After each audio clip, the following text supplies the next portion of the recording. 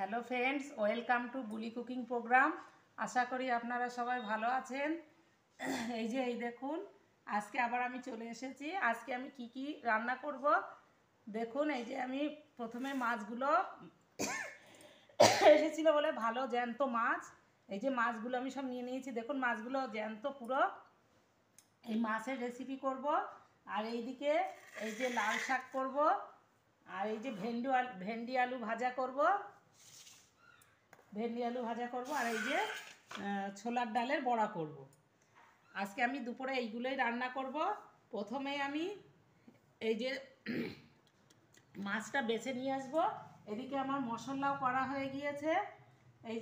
মশলাটা পেঁয়াজ, আদা, রসুন, জিরে এইগুলো সব একসঙ্গে আমি বেটে নিয়েছি। পেঁয়াজ কেটে নিয়েছি। আর কাঁচা লঙ্কা আর একটা ক্যাপসিকাম নিয়ে নিয়েছি। প্রথমে আমি মাছগুলো বেছে নিয়ে চলে আসবো।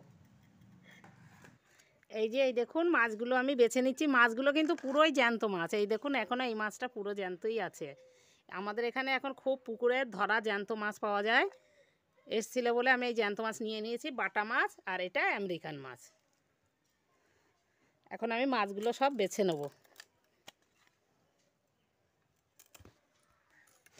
আমি কিন্তু এই জ্যান্ত তাজা মাছ কাঁচাই ঝোল করব। আমি এই মাছ ভাজবো না, কারণ কাঁচা ঝোল করলে এর গুণাগুণ থাকে। আর ভাজা করে যদি রান্না করা হয় মাছের গুণাগুণটা চলে যায়। আর স্বাস্থ্যের পক্ষেও খারাপ ভাজা মাছ। এই দেখুন, আমি আজকে পুরো রান্নাটাই কাঠের উনুনে করব। তার জন্য উনুনে চলে এসেছি।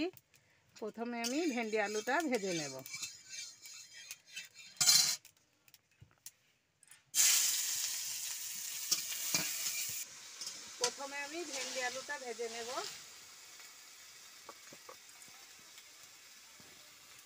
পরিমাণ মতো লবণ,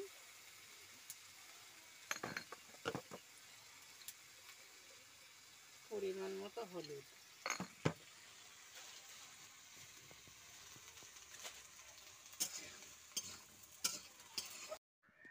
এই দেখুন ডালটা আমি পিষে নিচ্ছি। আজকে আমি ডালের বড়া করব বলে ডালটা মিক্সিতে পিষে নিচ্ছি।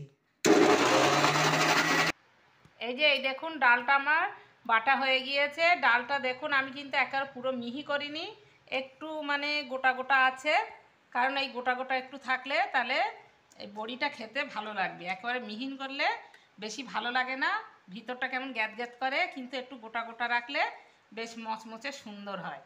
আর তার জন্য আমি একটু লঙ্কা কুচিও কেটে নিয়েছি। আর একটা মোটা পেঁয়াজ কেটে নিয়েছি। একটু আদা আর রসুন বাটাও দিচ্ছি। আর পেঁয়াজ লঙ্কা সব একসঙ্গে বেশ ভালো করে পরিমাণ মতো লবণ,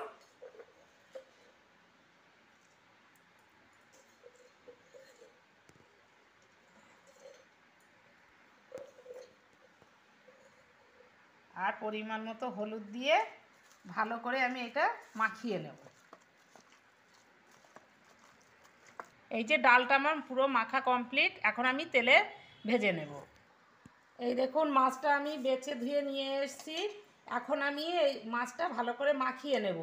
জ্যান্ত মাছ, সেই জন্য আমি ভাজা টাজা করব না, কাঁচাই করব বলে প্রথমে পেঁয়াজ লঙ্কা সব একসঙ্গে লবণ হলুদ মিশিয়ে পরিমাণ মতো লবণ,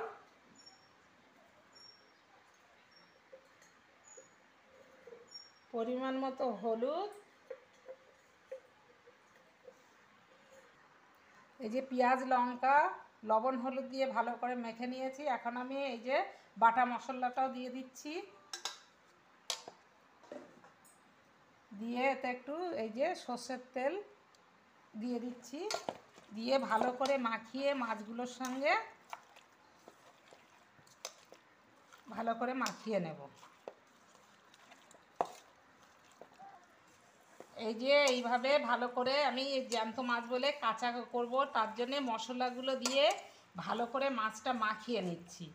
কারণ যত ভালো করে মাছটা মাখানো হবে মাছটা খেতে তত সুন্দর হবে, টেস্টি হবে। ভাজা মাছ ভাজা করে ঝোল করার থেকে মাছ এইভাবে ঝোল করে খেলে খেতেও ভালো লাগে। আর এর গুণাগুণও ভালো হয়, কারণ ভাজা মাছে গুণাগুণ বেশি থাকে না। কাঁচা মাছ জ্যান্ত কাঁচা মাছের ঝোল খেলে খেতেও সুন্দর টেস্টি হয় আর এর গুণাগুণও বেশি। আর এই যে কাঁচা ঝোল করলে মাছের তেলও কম লাগে, কম তেলেই হয়ে যায় কাঁচা ঝোলে। আর হচ্ছে এর সময়ও কম লাগে, খুবই তাড়াতাড়ি হয়ে যায়। এই যে এই দেখুন, আমি কিন্তু কড়াইতে একটু আর তেল দেবো না, এই মাছের সঙ্গে যা অল্প তেল দিয়েছি এই অল্প তেলেই আমি এই মাছটা কাঁচা ঝোল করব। তার জন্যে আমি এই যে এইভাবেই মাখিয়ে কড়াইতে দিয়ে দিলাম। আমি কিন্তু কড়াইতে আর কোনো এক্সট্রা তেল দিলাম না। এই যে আমি খুবই কিন্তু কম তেলে এই মাছের ঝোলটা বানাবো। এটা খেতেও কিন্তু খুবই সুন্দর টেস্টি হয়। আপনারা একবার এইভাবে করে খেয়ে দেখবেন, একবার খেলে আপনাদের বারবারই এইভাবেই মাছটা করে খেতে ইচ্ছা করবে। কম তেলে কাঁচা মাছের ঝোল, জ্যান্ত কাঁচা মাছের ঝোল। আমি যেভাবে করছি আপনারাও ঠিক এইভাবেই করবেন। প্রথমেই আমি একটু কড়াইতে দিয়ে ভালো করে একটু মাছগুলো কষিয়ে নেব, তারপরে আমি জল দেব। মাছটা কিন্তু আমি একটু এই মশলার সঙ্গে প্রথমে কড়াইতে একটু ভালো করে কষিয়ে নেব, কারণ কাঁচা মাছ অনেকে হয়তো খেতে চান না। এইভাবে করে খেয়ে দেখবেন, তারা বুঝতেই পারবেন না যে এটা কাঁচা মাছের ঝোল।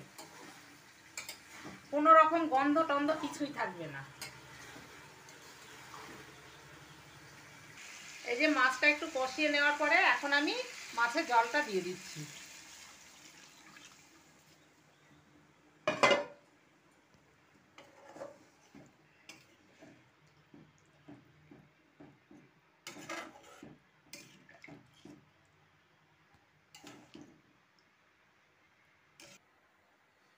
এই যে মাছটা আমি পুরো জল টল সব দিয়ে রেডি করে নিয়েছি। এখন আমি 5 মিনিটের মতো ঢাকনা দিয়ে মাছটা জাল দিয়ে দেব।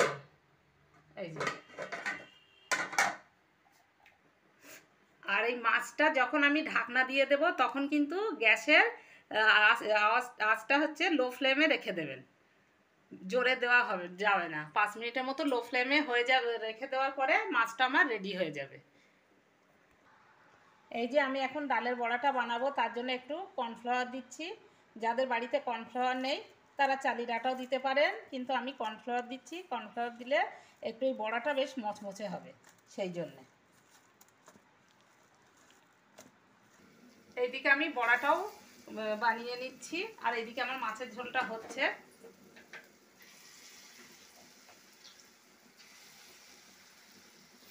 আমি বেশি বড় বড় করব না, বড়াগুলো ছোট ছোট করেই করব।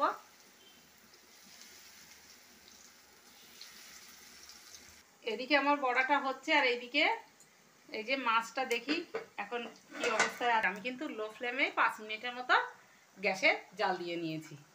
আমার মাছটা রেডি, মাছের ঝোল আমার হয়ে গিয়েছে।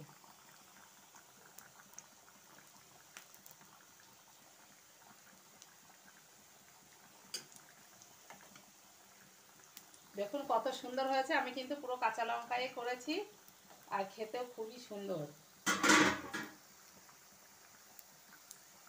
খুব সুন্দর হয়েছে মাছের ঝোলটা। আপনারা এইভাবে বানিয়ে করে খেয়ে দেখবেন, খেতে খুবই সুন্দর হয়। এই যে এইদিকে বড়াগুলো আমার হয়ে গিয়েছে, এখন আমি বড়াগুলো তুলে নেব।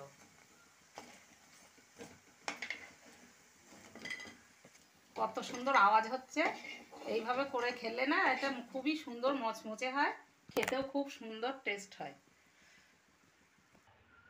এই যে এই দেখুন রান্না আমার পুরো সব কমপ্লিট। এই যে ভেন্ডি আলুর তরকারি, আর লাল শাক ভাজা, মাছের ঝোল, বাটা মাছ আর আমেরিকান মাছের ঝোল, আর এই যে ডালির বড়া। আমি খুবই তাড়াতাড়ি দেখেছেন কিভাবে করে নিলাম, আপনারা এইভাবে করবেন। আর আমার এই রেসিপিগুলো যদি আপনাদের ভালো লেগে থাকে তাহলে প্লিজ লাইক সাবস্ক্রাইব করে আমার পাশে থাকবেন। আর যারা এতক্ষণ ধরে দেখছেন তাদের অশেষ ধন্যবাদ। আর যদি কেউ নতুন হয়ে থাকেন তাহলে প্লিজ লাইক সাবস্ক্রাইব করে আমার পাশে থাকবেন। আপনারা ভালো থাকুন, সুস্থ থাকুন। ওকে, খোদা হাফেজ।